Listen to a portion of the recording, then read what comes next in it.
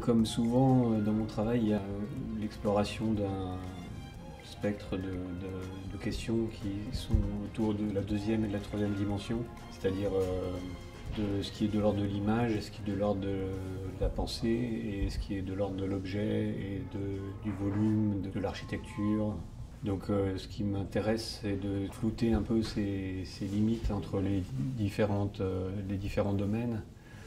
Par exemple, pour être plus clair, les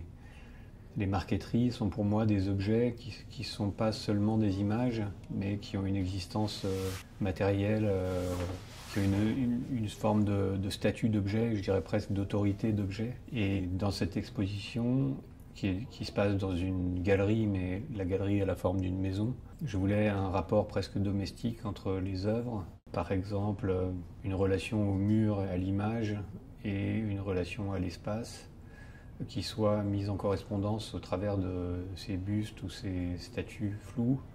et les marqueteries qui correspondent à chaque fois plus ou moins qui renvoient l'une à l'autre. Il y a aussi un mobile qui intervient dans un espace qui est assez particulier parce qu'il est très vertical et assez étroit, qui relie les différents espaces de la maison. Et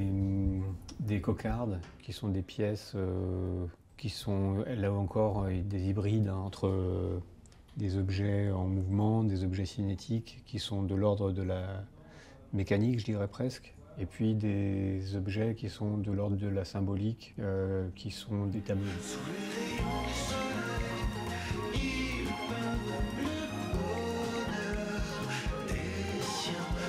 La série des marqueteries qui est relativement récente, mais qui est très prometteuse pour moi parce que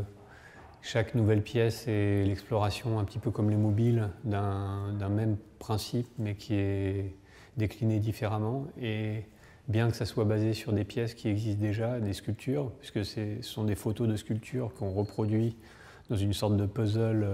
tridimensionnel, mais qui amène à une image. Et ce que je trouve assez intéressant, c'est que,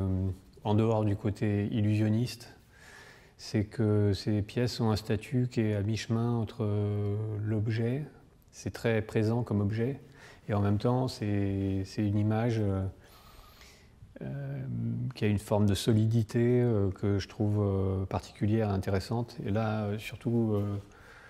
il y a des pièces qui sont peintes de manière opaque, mais il y a beaucoup de pièces qui sont assez transparentes où la fibre du bois apparaît. Et ça donne une sorte de tension entre la volonté de représentation et l'existence de l'image comme un objet. Il y a aussi ce truc que j'aime bien utiliser d'habitude, qui est par exemple que la limite entre une couleur et une autre est un changement d'objet. Et il y a une part d'interprétation un petit peu c'est comme un musicien, un instrumentiste qui interpréterait une partition.